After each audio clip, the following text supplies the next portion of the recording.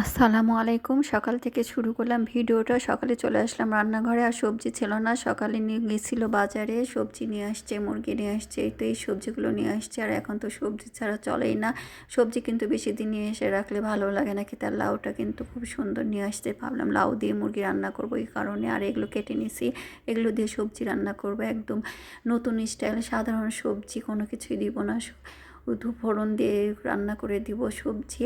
মুরগিটাও কাটা শেষ, মুরগিটা আপনাদের ভাইয়াই কেটে দিছে চাকু দিয়ে।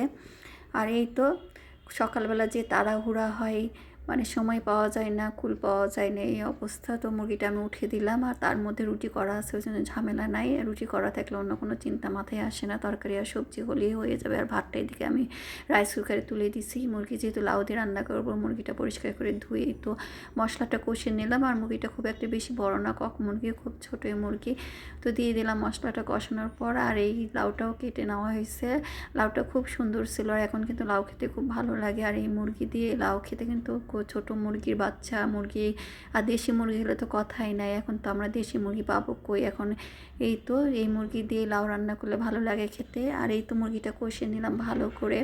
লাউ কিন্তু অনেক মজার সবজি, ভালো লাগে খেতে। যে কোনো ঘন্ট, ঘাটি, ভাজি, মাংসের সাথে, গরুর মাংসের সাথে রান্না করলেও ভালো লাগে। তেলালা মাংসের সাথে যারা পছন্দ করে তারা খুব পছন্দ করে, আর যারা পছন্দ করেন তারা খেতে চায় না। আমার মেয়ে সেই দশা, লাউ দিয়ে কোনো খাবারই তার পছন্দ না। ফার্স্টটা তরকারি তার পছন্দ না, তার পছন্দ সিম, আলু, বেগুন, এগুলো খাবার খুব পছন্দ করে। কষে নিতে হবে, যেহেতু লাউটাও কচি। আর মুরগি কিন্তু কষানো না হলে, লাউ বলেন সবজি বলেন, যে কোনো সবজি দিয়ে মাংস রান্না করলে একটা গন্ধ হয়। আমি ব্রোকলি ডাঁটাগুলোও নিচ্ছি, আর এই পেঁপেগুলো দিয়ে দিলাম, একে একে সব মশলাগুলো দিয়ে দিচ্ছি, আর কাঁচামরিচও দিলাম। আর এদিকে মুরগিটা কষানো শেষ, আমি একটু পর লাউটা দিয়ে দেবো। আর লাউ কিন্তু অনেক সুন্দর, লাউ দিয়ে বেশি নাড়াচাড়াও করা যাবে না, হালকা পাতলা।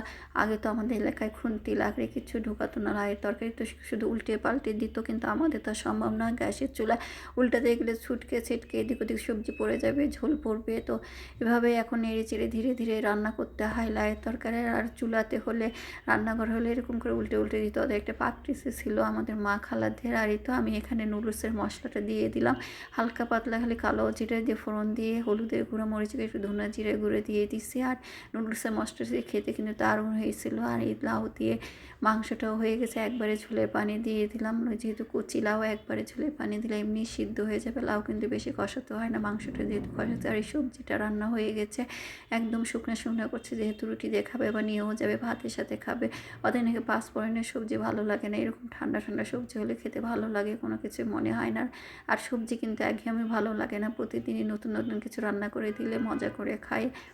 এই জন্য আমি চেষ্টা করি সবজি রান্না করলে নতুন নতুন আইটেম দিয়ে নতুন নতুনভাবে রান্না করা। এই তো কালকে রুটিগুলো এই যে ভেজে নিচ্ছি, যেমনই হোক ভালো হলো, খুব তাড়াহুড়া হয়ে যায় রুটি বানাতে গেলে।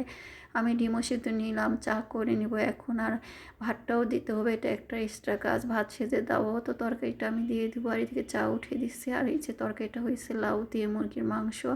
আর এখন আমার দুই বাবা আর মেয়েকে দিয়ে দিলাম তরকারি, লাউয়ের তরকারি। আর সবই সবজি ওই খেতে চায় না, মেয়েটা লাউ দিয়ে ওই আলু দিয়ে মাংস পছন্দ করে, কিন্তু আমি ইচ্ছা করে দিয়ে দিই, তারপর একটু খাবে। সবজি খেতে চায় না, আলুটা পছন্দ, বেগুন, সিম এগুলো পছন্দ বেশি। লাউ, কুমড়ো, মানে যেটু হালকা পাতলা ফাস্টা তরকারি এগুলো পছন্দ না, পেঁপে এগুলো পছন্দ না। সিম, বেগুন, আপনার আলুর তরকারি হলে তো কথাই নেই, এগুলো খুব পছন্দ। আমি চা দিয়ে দিচ্ছি, ওরা তো চিনি ছাড়া খায়। আর বাড়ির মধ্যে আমি আর আমার বড় ছেলেটাই এখন চিনি খাই বলতে গেলে, সবাই চিনি বাদ দিয়ে দিছে। আর দেখেন আমার রান্নাঘরের অবস্থা, ঘরের অবস্থা, এরা যাওয়ার পর যে কী অবস্থা হয় সব ঘরে ঘরে। আমি এখন এগুলো সব পরিষ্কার করে নেব। ছেলেটা আসছে, এগুলো হোস্টেল থেকে নিয়ে আসছে, এগুলো ধুয়ে রোদে দিছিলাম সব কিছু। এই তো আর গোছানোর পর কত সুন্দর লাগে, আর সব কিছুই মানে পরিষ্কার পরিপাটি লাগে, মনটাও ভালো হয়ে যায়। আর দেখেন এগুলো আমি গুছিয়ে রাখছি, এখন খালা আসে নাই, ভাবলাম খালাক দিয়ে আজকে আমি অনেক কাজ করে নেবো, পেঁয়াজ কেটে নেবো, রসুন ছুলে নেবো, মশলা করবো, কিন্তু খালার খবর নেই।